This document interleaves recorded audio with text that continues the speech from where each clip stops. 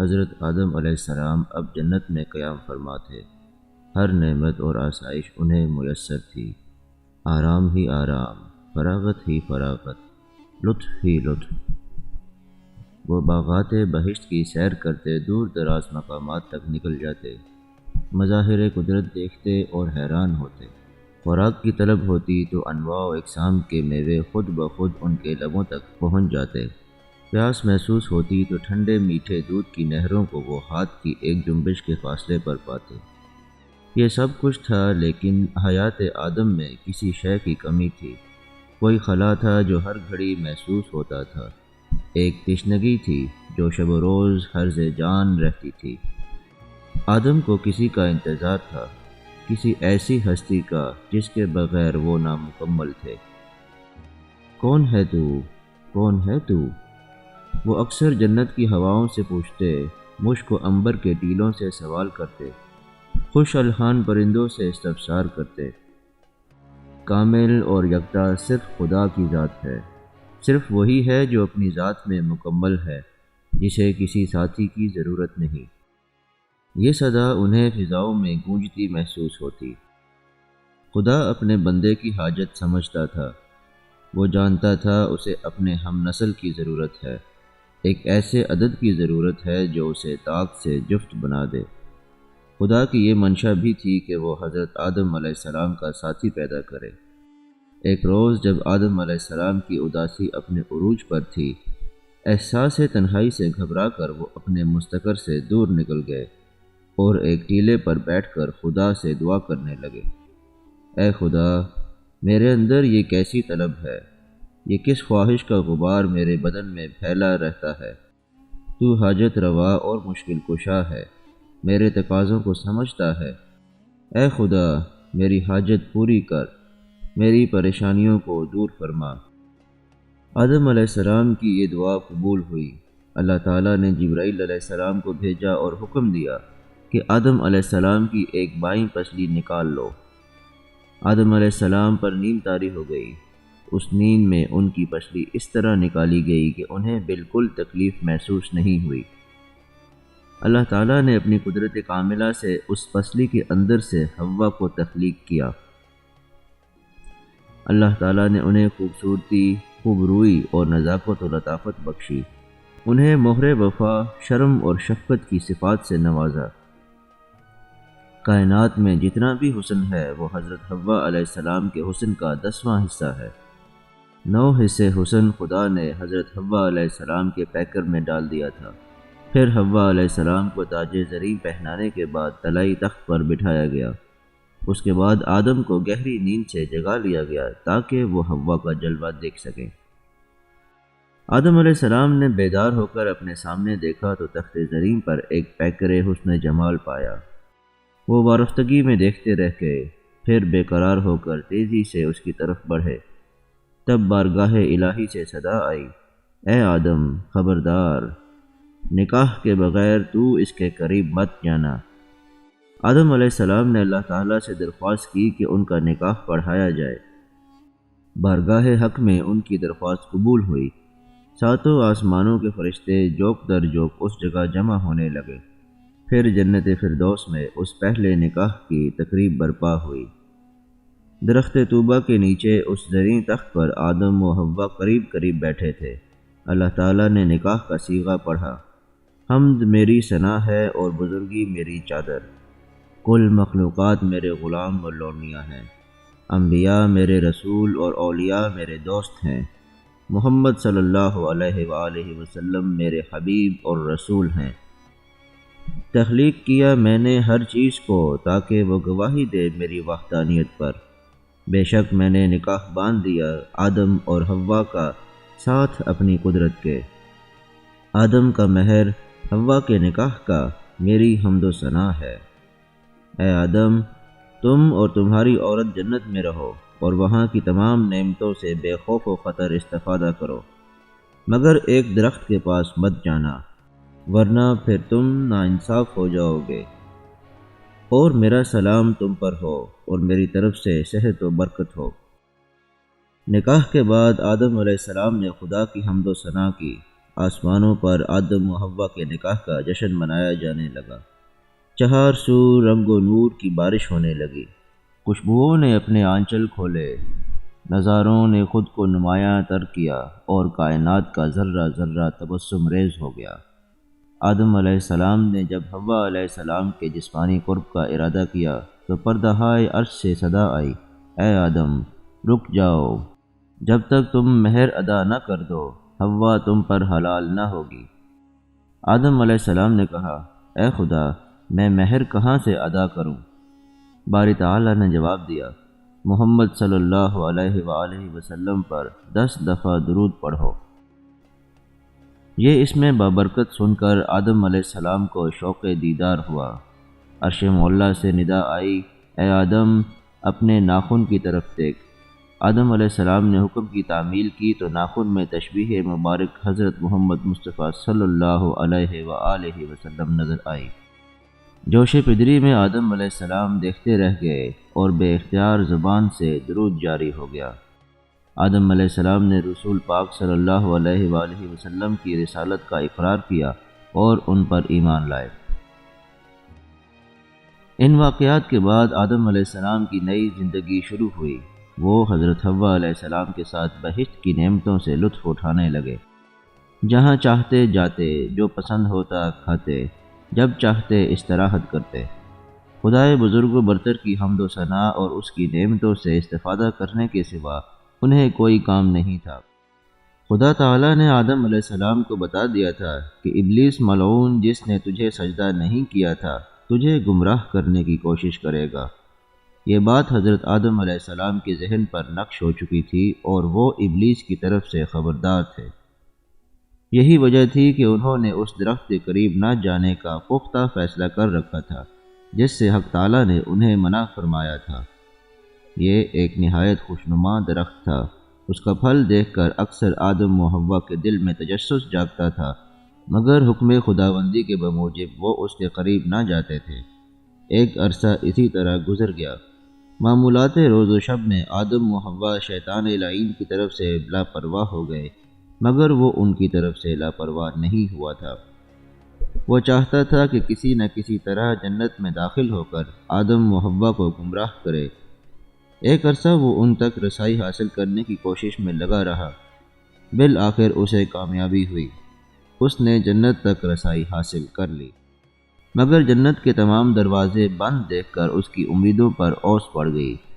اس دوران اس کی ملاقات ایک طاؤس سے ہوئی۔ وہ طاؤس سے کہنے لگا کہ کسی طرح مجھے جنت کے اندر لے جاؤ۔ طاؤس نے انکار کیا، مگر ایک سانپ شیطان کے بہکاوے میں آ گیا اور شیطان کو اپنے منہ میں بٹھا کر بہشت کے اندر لے گیا۔ حضرت حوا علیہ السلام تنہا ایک گوشہ بہشت میں بیٹھی تھیں جب ناگاہ انہیں ایک جانب شور و غل کی آوازیں سنائی دیں۔ انہوں نے دیکھا کہ بہت سے حور و غلمان ایک جگہ جمع ہیں۔ تجسس سے مجبور ہو کر وہ بھی اس مقام پر پہنچ گئیں۔ انہوں نے دیکھا کہ ایک شخص جو دراصل شیطان تھا بڑی دردمندی سے رو رہا ہے۔ وہ اسی پیڑ کے قریب کھڑا تھا جس کا پھل کھانے سے خدا نے آدم و حوا کو منع کر رکھا تھا۔ حوا نے شیطان سے پوچھا کہ تو کیوں روتا ہے؟ وہ کہنے لگا، اے حوا مجھے اس بات پر رونا آ رہا ہے کہ عنقریب تم اور آدم مر جاؤ گے۔ حوا علیہ السلام نے بے قرار ہو کر پوچھا، اے دانا شخص اس انجام سے بچنے کا کوئی راستہ ہے کیا؟ شیطان نے کہا، اے حوا اگر تم اس درخت کے پھل کھا لو تو تمہیں کبھی موت نہ آئے گی، تم دونوں ہمیشہ ہمیشہ اسی طرح جنت میں نعمتوں کے مزے لوٹو گے۔ خدا تعالیٰ نے اس پیڑ کا پھل کھانے سے تمہیں اسی لیے منع کیا ہے کہ کہیں تم حیات ابدی نہ پا جاؤ۔ حوا پر شیطان کے اس واویلے کا اثر ہوا۔ انہوں نے درخت سے 3 پھل توڑے اور سارا ماجرا جا کر آدم علیہ السلام کے گوش گزار کیا۔ کہنے لگیں، ایک پھل میں کھا لیتی ہوں اور 2 تم کھا لو، تاکہ موت ہم دونوں سے ہمیشہ ہمیشہ کے لیے دور ہو جائے اور ہم جدائی کے اندیشوں سے آزاد ہو کر ابدی راحت کی زندگی گزار سکیں۔ آدم علیہ السلام بھی شیطان کے اس بالواسطہ بہکاوے میں آ گئے اور انہوں نے شجر ممنوعہ کے پھل حوا علیہ السلام کے ساتھ مل کر تناول کیے۔ پھلوں کا کھانا تھا کہ ان کے سروں پر موجود فضیلت و افتخار کے زریں تاج اڑ گئے اور ان کے جسم کے پوشیدہ حصے ان پر ظاہر ہو گئے۔ حواس باختگی کے عالم میں وہ درختوں کے پتے توڑ توڑ کر اپنے سطر چھپانے کی کوشش کرنے لگے۔ برہنگی کے احساس نے انہیں شرم سے پانی کر دیا تھا۔ وہ درختوں میں بھاگ رہے تھے اور ایک دوسرے سے چھپنے کی کوشش کر رہے تھے۔ یہ کیفیت اس ندامت اور پشیمانی کا اظہار تھی جو حکم الہی توڑنے کے بعد آدم و حوا پر طاری ہوئی۔ وہی بہشت تھی، وہی اس کے سبزہ زار اور وہی حسین نشیب و فراز تھے، مگر آدم و حوا کے لیے سب کچھ بدل چکا تھا۔ وہ کسی سے آنکھ ملانے کے قابل نہیں رہے تھے۔ اب وہ خدا کے محبوب نہیں، اس کی درگاہ کے معتوب تھے، اور یہ بات اہل بہشت بھی جانتے تھے۔ ان کی نگاہوں میں آدم و حوا کے لیے تعصب تھا، مگر وہ ان کے لیے کچھ نہیں کر سکتے تھے۔ وہ سب جانتے تھے کہ یہ دونوں اب خدائی عطاب سے بچ نہ پائیں گے۔ آدم کو سجدہ نہ کر کے ابلیس نے جو کہانی شروع کی تھی وہ ایک نئے موڑ پر پہنچ چکی تھی۔ عرش معلیٰ سے کئی بار خدا تعالیٰ نے آدم علیہ السلام کو پکارا، مگر شرمندگی کے سبب آدم علیہ السلام سے جواب بن نہ پڑا۔ آخر جبریل علیہ السلام ان پر ظاہر ہوئے اور انہوں نے کہا، اے آدم، آپ کا رب آپ کو پکارتا ہے۔ تب آدم علیہ السلام نے اپنے مالک کی صدا کا جواب دیا، اے رب العزت، ہم تیرے عاصی تجھ سے شرمندہ ہیں۔ باری تعالیٰ نے فرمایا، اے آدم، کیا میں نے تجھے اس پیڑ کے قریب جانے سے منع نہ کیا تھا؟ میں نے یہ نہیں کہا تھا کہ شیطان تمہارا دشمن ہے، وہ تمہیں راہ سے بھٹکانے کی کوشش کرے گا؟ آدم علیہ السلام نے کہا، بے شک اے رب، تو نے کہا تھا، تو نے ہمیں آگاہ کر دیا تھا، بے شک ہم خود اپنی جانوں پر ظلم کرنے والے ہیں۔ اے رب رحیم، اگر تو نے ہمارا یہ قصور معاف نہ کیا تو ہمارا کہیں ٹھکانہ نہیں۔ اے قادر مطلق، ہم پر کرم فرما۔ بارگاہ ایزدی سے آدم و حوا کے لیے حکم ہوا، تم دونوں اب یہاں سے نکل چلو۔ کرۂ ارض پر ایک دوسری طرح کی زندگی تمہاری منتظر ہے۔ تمہارے واسطے زمین میں ٹھکانہ ہے اور وہیں رہ کر ایک مخصوص عرصے تک تمہیں نفع حاصل کرنا ہے۔ تمہیں اب اسی کرۂ ارض پر زندہ رہنا ہے، وہیں مرنا ہے اور دوبارہ اٹھائے جانا ہے۔ آدم و حوا کے چہروں پر یاسیت نے ڈیرے ڈال لیے۔ وہ جنت کے حسین نظاروں کو حسرت سے تکنے لگے۔ ہاں، انہی ندی نالوں میں، انہی باغات اور سبزہ زاروں میں انہوں نے اپنی حیات کا حسین ترین عرصہ بسر کیا تھا۔ ان فضاؤں میں ان کی باہمی محبت کی یادیں بسی ہوئی تھیں، اور انہی ہواؤں میں ان کی حمد و ثنا گونج رہی تھی۔ یہ جنت ان کی ناقابل فراموش یادوں کی جنت تھی، اور اب وہ اس جنت سے بچھڑ رہے تھے۔ حکم ربی کے مطابق جبرائیل علیہ السلام نے آدم و حوا کو افلاک سے زمین پر پہنچا دیا۔ ان دونوں کے علاوہ طاؤوس، سانپ اور شیطان کو بھی زمین پر پھینک دیا گیا۔ بہشت سے جدائی اور اپنے مالک و خالق کی ناراضگی کا غم آدم و حوا کی آنکھوں سے آنسو بن کر بہہ رہا تھا۔ وہ گریہ جاری کر رہے تھے اور آسمان کی طرف منہ اٹھا اٹھا کر خدا سے معافی اور رحم کے خواستگار تھے، مگر مشیت ایزدی کو یہی منظور تھا کہ آدم و حوا زمین پر پہنچیں، وہاں بسیرا کریں اور ان سے ایک نئی دنیا کی تخلیق ہو۔ ان دونوں کو زمین پر بھیجنے میں اس علیم الحکیم کی ہزاروں حکمتیں اور دانائیاں پوشیدہ تھیں، لہٰذا آدم و حوا کی دعاؤں کو فوری قبولیت حاصل نہیں ہوئی۔ وہ اپنے گناہ پر شرمسار اور دلفگار ایک مدت زمین پر مارے مارے پھرتے رہے اور اپنے لیے بخشش طلب کرتے رہے۔ روایات کے مطابق آدم علیہ السلام کو جزیرہ لنکا کے ایک مقام کوہ سراندیب پر اتارا گیا تھا۔ حوا کو ان سے کوسوں دور جدہ میں اتارا گیا تھا۔ باقی تینوں میں سے ابلیس کو سیستان میں، سانپ کو اصفہان میں اور طاؤوس کو کابل میں اتارا گیا۔ حاصل کلام یہ کہ آدم اور حوا ایک دوسرے سے دور سنسان اور بے آباد زمین پر بے آسرا گھوم رہے تھے۔ پہلے زخم ہی کچھ کم نہ تھے، اب انہیں ایک دوسرے کی جدائی بھی برداشت کرنا پڑ رہی تھی۔ ایک زمانہ گزر گیا۔ آدم علیہ السلام روز و شب گریہ کرتے رہے اور یہی دعا مانگتے رہے، اے رب، تو نے مجھے اپنی قربت سے محروم کر دیا، مجھے فرشتوں کی تسبیح و تحلیل سے تہی کر دیا، مجھے بخش دے۔ آخر خدا کو اپنے بندے کی حالت پر رحم آیا اور آدم علیہ السلام کو توبہ کا طریقہ القاء فرمایا۔ آدم علیہ السلام نے اس طریقے سے توبہ کی اور اسے بارگاہ الہی میں قبولیت حاصل ہوئی۔ آدم علیہ السلام کی مایوسی اور غریب الوطنی دور کرنے کے لیے اللہ نے اپنی قدرت سے یاقوت سرخ کا ایک خوبصورت گھر ظہور پذیر کیا۔ اس کا نام بیت المعمور یا بیت الصراح تھا۔ یہ وہی جگہ تھی جہاں اب خانہ کعبہ ہے۔ اس گھر کی ایک دیوار میں حجر اسود بھی پیوستہ تھا۔ اس کے بعد جبرائیل علیہ السلام زمین پر آئے اور آدم علیہ السلام کو ان کی توبہ قبول ہونے کی خوشخبری سنائی۔ پھر آدم علیہ السلام کو خدا کا حکم پہنچاتے ہوئے کہا کہ وہ مکہ پہنچ کر اس گھر کا طواف کریں، اسی طرح جیسے ملائکہ عرش کا طواف کرتے ہیں۔ اس طواف سے ان کے دل کو سکون اور راحت نصیب ہوگی۔ بعد ازاں جبرائیل علیہ السلام نے آدم علیہ السلام کو مناسک حج کے متعلق بتایا اور آدم حج کی ادائیگی کے لیے عازم مکہ مکرمہ ہوئے۔ یہ تنہائی کا سفر تھا۔ وہ زمین کی وسعتوں اور اس کی نیرنگیوں کو دیکھ دیکھ کر حیران ہو رہے تھے اور چلے جا رہے تھے۔ بعض روایات کے مطابق ان کا قد بہت لمبا تھا اور جس جس جگہ ان کے پاؤں پڑتے گئے وہاں زندگی کے آثار نمودار ہوئے۔ زمین زرخیز ہوئی اور سبزہ پیدا ہو گیا۔ آدم علیہ السلام اپنے وجود کی کرامات سے بے خبر مکہ کی طرف رواں رہے۔ ان کی خواہش تھی کہ جلد سے جلد حکم ربی کی تعمیل ہو اور وہ اس گھر کا طواف کریں۔ آخر وہ اپنی منزل پر پہنچے۔ بیت المعمور ان کے سامنے تھا۔ انہوں نے خدا کی محبت اور اطاعت میں ڈوب کر مناسک حج ادا کیا۔ خدائی فرمان کے مطابق ان کی بے سکونی کو کسی درجہ قرار آیا۔ حج کے بعد وہ مکہ کی اطراف و جوانب کی سیر کو نکل گئے۔ وہ ایک چمکیلی صبح تھی۔ مکہ کے ویران پہاڑوں پر ایک سنسان دھوپ پھیلی ہوئی تھی۔ چہار سو ایک سکوت کامل طاری تھا۔ جب سے دنیا قائم ہوئی تھی اس سکوت کو کسی آہٹ نے مجروح نہیں کیا تھا۔ ان پہاڑوں پر کسی ذی روح کے قدم نہیں پڑے تھے، لیکن آج یہ ویرانہ انسانی آوازوں سے آباد ہونے والا تھا۔ یہاں کے نشیب و فراز انسانی چاپ سے بہرور ہونے والے تھے۔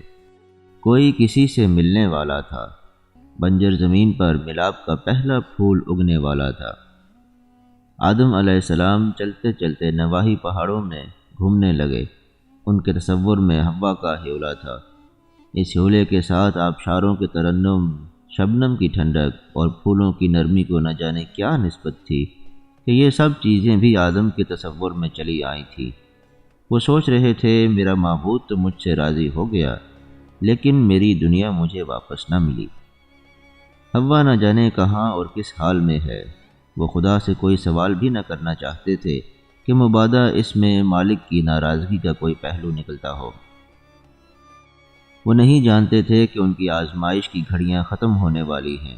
ان کے انتظار کی شاخوں پر وصل کے پھول کھلنے والے ہیں۔ حضرت حوا علیہ السلام بھی آدم کی جدائی میں پریشان و دل گرفتہ تھیں۔ خدا کی ناراضگی کا احساس اور اپنے جیون ساتھی کی یاد انہیں ہمہ وقت رلاتی تھی۔ آدم علیہ السلام تو اس سے پہلے بھی حوا کی تخلیق سے قبل تنہائی و اداسی کے عذاب سے دوچار ہو چکے تھے، مگر حوا علیہ السلام کے لیے یہ پہلا موقع تھا۔ ایک روز وہ بھی دل بہلاوے کے لیے جدہ کے مقام سے مکہ کی طرف روانہ ہوئیں۔ ان کے خواب و خیال میں بھی نہ تھا کہ ایک جگہ انہیں پتھر پر آدم علیہ السلام اپنی سوچوں میں گم بیٹھے نظر آئیں گے۔ آدم علیہ السلام کو دیکھ کر وہ ٹھٹکیں۔ آدم علیہ السلام نے بھی انہیں دیکھا۔ دونوں کی آنکھوں میں اجنبیت تھی۔ وہ ایک دوسرے کو ٹھیک طرح سے پہچان نہیں سکے۔ ماہ و سال کی گردش نے ان کے خط و خال پر صعوبتوں اور کڑی آزمائشوں کی گرد چڑھا دی تھی۔ جسمانی تغیرات اور بعد زمانہ کے سبب وہ پہلی نظر میں ایک دوسرے کو اجنبی لگے۔ پھر جبریل علیہ السلام نے آسمان سے اتر کر ان کا ایک دوسرے سے تعارف کرایا۔ اے آدم، یہ تمہاری منکوحہ حوا ہے، اور اے حوا، یہ آدم ہیں جن کے ساتھ خدا نے تمہارا جوڑا بنایا تھا۔ آدم اور حوا کی آنکھوں میں آنسو بہنے لگے۔ برسوں کی تمنا ایک لمحے میں سمٹ آئی اور آدم نے بے قرار ہو کر حوا کو اپنے بہت قریب کر لیا۔ دونوں بڑی درد مندی سے رونے لگے۔ اسی وقت دونوں کو حکم ہوا کہ سرندیب چلے جاؤ تاکہ وہاں تمہاری اولاد پھلے پھولے اور یہ کرۂ ارض آباد ہو۔ اگر آپ کو ویڈیو پسند آئی ہو تو اس کو لائک اور شیئر کیجیے، چینل کو سبسکرائب کر لیجیے اور بیل آئیکن کو بھی پریس کر دیجیے تاکہ آئندہ آنے والی تمام ویڈیوز آپ کو باقاعدگی سے ملتی رہے۔